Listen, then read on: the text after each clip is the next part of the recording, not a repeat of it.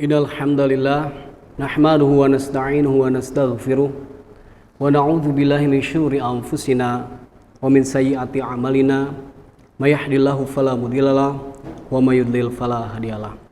Asyhadu an la ilaha illallah wahdahu la syarikalah wa asyhadu anna Muhammadan 'abduhu wa rasuluhu alladzi la nabiyya ba'da. Qala Allah ta'ala fil Qur'anil Karim, a'udzu billahi minasyaitonir rajim. Wa ma atakumur rasul fakhuduhu wa ma nahakum anhu fantahu. Al-ayah. Hadirin rahimakumullah, ketika kita mendengar hadis yang familiar, yaitu rawahul Hakim, taraktu fikum amrain lan tadilu ma tamassaktum bihima kitaballah wa sunnata rasulih. Maka dengan hadis itu menjadikan ilmu untuk kita bahwa agar kita tidak tersesat di dalam kehidupan, tentulah kita harus bertamasuk kepada Al-Quran dan As-Sunnah. Dua hal ini sangat berkaitan karena ada suatu kelompok yang memisahkan antara Al-Quran dan As-Sunnah. Terus mereka menamai diri mereka Inkarus Sunnah. Kelompok Inkarus Sunnah itu terbagi 3 kelompok. Yang pertama yaitu mereka tidak memakai As-Sunnah sama sekali. Mereka berfokus kepada Al-Quran karena mereka menganggap yang paling kuat itu Al-Quran, sedangkan As-Sunnah itu di dalamnya masih perlu diteliti kembali. Oleh karena itu nanti kelompok ini akan mengalami kesulitan karena ada hal-hal yang tidak dijelaskan di dalam Al-Quran seperti pengurusan jenazah dan juga akikah. Tentu ini dibahas nanti di dalam As-Sunnah. Kelompok Inkarus Sunnah yang kedua, mereka hanya memakai hadis-hadis yang mutawatir saja. Sedangkan hadis-hadis yang ahad, apalagi hadis-hadis yang dhaif dan yang lainnya, tentu mereka tidak akan memakai itu. Terus kelompok Inkarus Sunnah yang ketiga, mereka hanya memakai hadis-hadis yang ada kaitannya langsung dengan Al-Quran. Kalau tidak ada kaitan dengan Al-Quran, mereka tidak akan memakainya. Hadirin rahimakumullah, ketika kita membahas dua hal ini, Al-Quran dan As-Sunnah, bahkan banyak kelompok yang mengklaim kembali kepada Al-Quran dan As-Sunnah, kembali kepada Al-Quran dan As-Sunnah. Tapi kadang kita tidak tahu apa itu Al-Quran, apa itu As-Sunnah. Minimal luzum atau keterkaitan antara Al-Quran dan As-Sunnah. Karena ternyata dua hal ini tidak bisa dipisahkan. Al-Quran dan As-Sunnah ini dua hal yang tentu harus kita berpegang teguh kepada kedua hal ini. Maka jaminan Rasulullah adalah lan tadilu ma tamassaktum bihima. Hadirin yang dirahmati oleh Allah Subhanahu wa taala.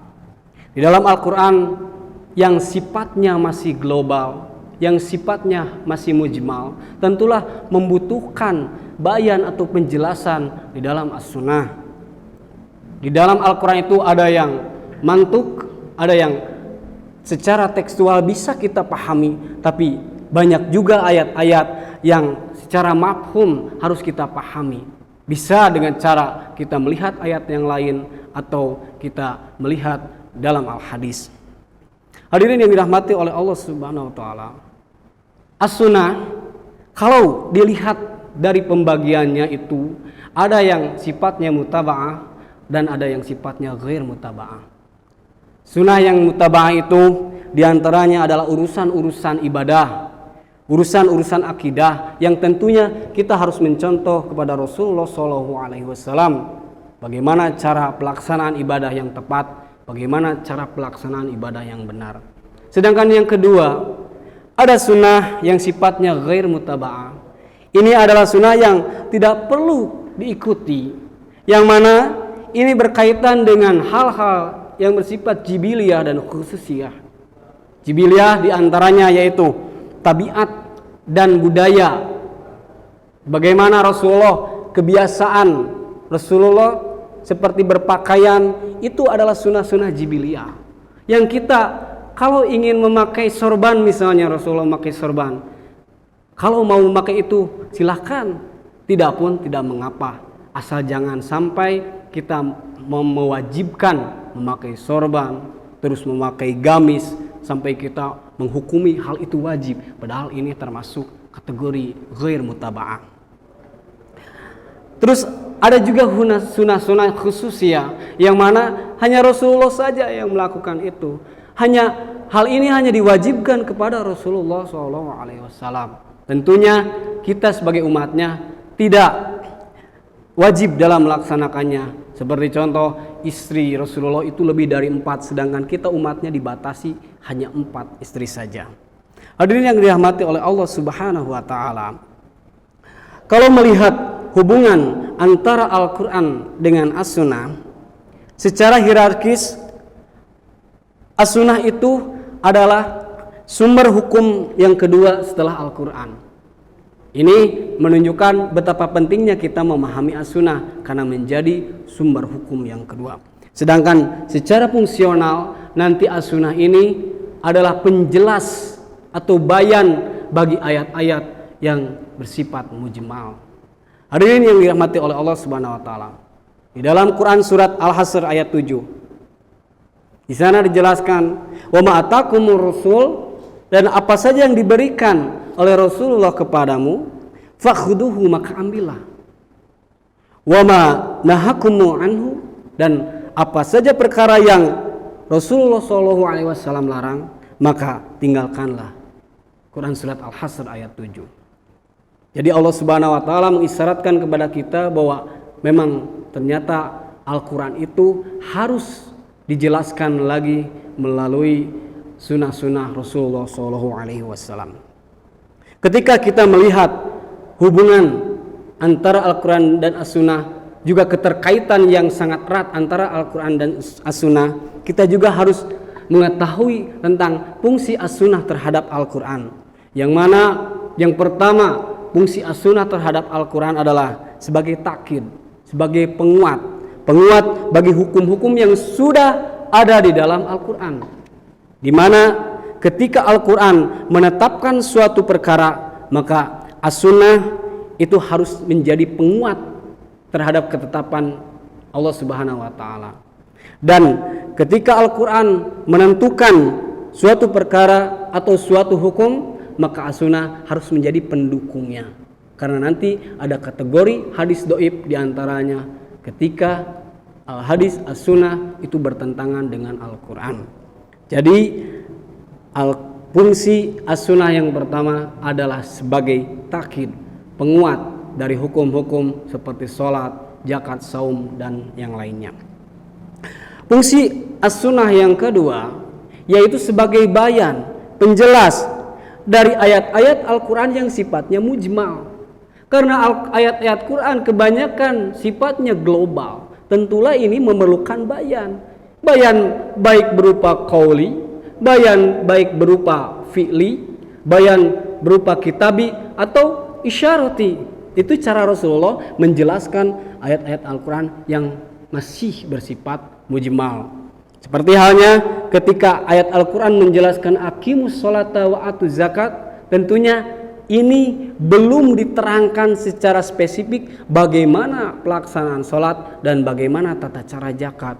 Maka Rasulullah SAW menegaskan kepada kita bahwa shollu kama ra'aitumuni sholli. Tata cara sholat itu harus melihat bagaimana cara aku sholat. Terus ketika kita diperintahkan oleh ayat-ayat Al-Quran untuk melaksanakan ibadah haji, atimul hajja wal umrah lillah. Bagaimana cara haji? Bagaimana cara umrah? Tentulah kita harus melihat bagaimana Rasulullah melakukan hal itu. Khudu anni manasikakum rawahul Baihaqi. Ambillah pelajaran dariku bagaimana cara manasik haji. Hadirin yang dirahmati oleh Allah Subhanahu wa taala, fungsi As-Sunnah yang ketiga adalah sebagai takhsis, pengkhusus bagi ayat-ayat yang masih bersifat am atau umum. Karena ketika tidak ditaksis, boleh jadi ayat ini dipahami secara umum saja. Seperti di dalam Quran surat Al-Baqarah ayat 282, ahallallahu bai'a. Allah Subhanahu wa taala menghalalkan jual beli. Maka ini ayat sifatnya umum. Jual beli apa? Jual beli apa saja. Termasuk di dalamnya nanti jual beli barang-barang yang terlarang, barang-barang yang diharamkan juga. Allah menghalalkan jual beli karena al-bai'ah di sini masih kan umum, masih sifatnya tidak bisa, belum ada taksis. Maka nanti as-sunnah hadir membatasi atau mengkhususkan ayat-ayat tadi yang sifatnya umum. Rasulullah SAW menegaskan, nah Rasulullah SAW anil bai'il hisab wa anil bai'il gharar. Rasulullah SAW melarang jual beli hasad dan gharar, jual beli yang tidak jelas.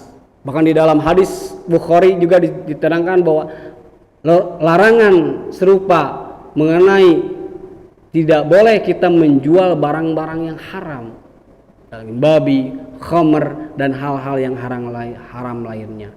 Nah, pengkhususan ayat hadis-hadis ini tentu jadi mengkhususkan ayat-ayat yang tadi bersifat umum. Berarti kita bisa menarik kesimpulan bahwa Allah menghalalkan jual beli, tidak semua jual beli. Tapi hadis nanti menerangkan jual beli apa saja yang terlarang.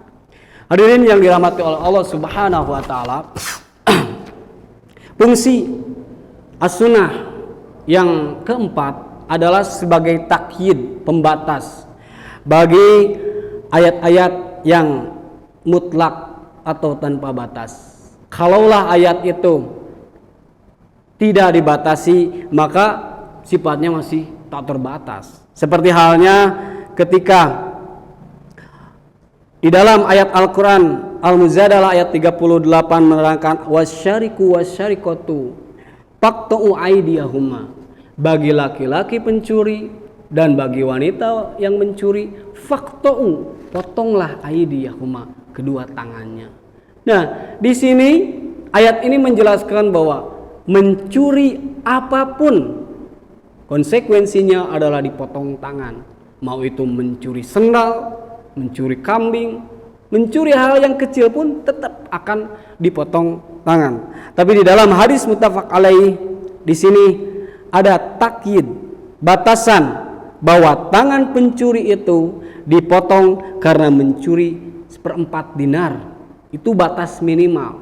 Batas minimal 1/4 dinar atau 3 dirham. Ada yang menerangkan seperti itu. Berarti di sini kita bisa membatasi. Kalaulah pencuri itu pencuri ayam misalnya, maka tidak jatuh had potong tangan. Pencuri sendal apalagi, nanti diukur dulu berapa minimal, batas minimal dia mencuri. Hadirin yang dirahmati oleh Allah Subhanahu wa taala, ketika kita mendengarkan penjelasan ini, tentulah tergambar oleh dari kita bahwa ternyata as-sunnah itu tidak bisa dilepaskan. Tidak bisa kita memahami hanya Al-Quran saja. Tidak bisa kita hanya menghafal Al-Quran saja, terus kita tidak memahami Al-Quran itu, apalagi kita tidak memahami Al-Hadis. Maka perlunya kita mempelajari ulumul hadis atau mustalah hadis untuk mempertajam pemahaman kita tentang Al-Quran itu sendiri. Mungkin itu yang bisa saya sampaikan. Mohon maaf apabila banyak kekurangan dan salah-salah kata. Yang benar adalah dari Allah Subhanahu wa taala, sedangkan kesalahan mutlak ada di diri saya pribadi. Rabbana dolamna anfusana wa ilam taghfir lana wa tarhamna lanakunanna minal khasirin. Rabbana atina fid dunya hasanah wa fil akhirati hasanah wa qina azabannar. Assalamualaikum warahmatullahi wabarakatuh.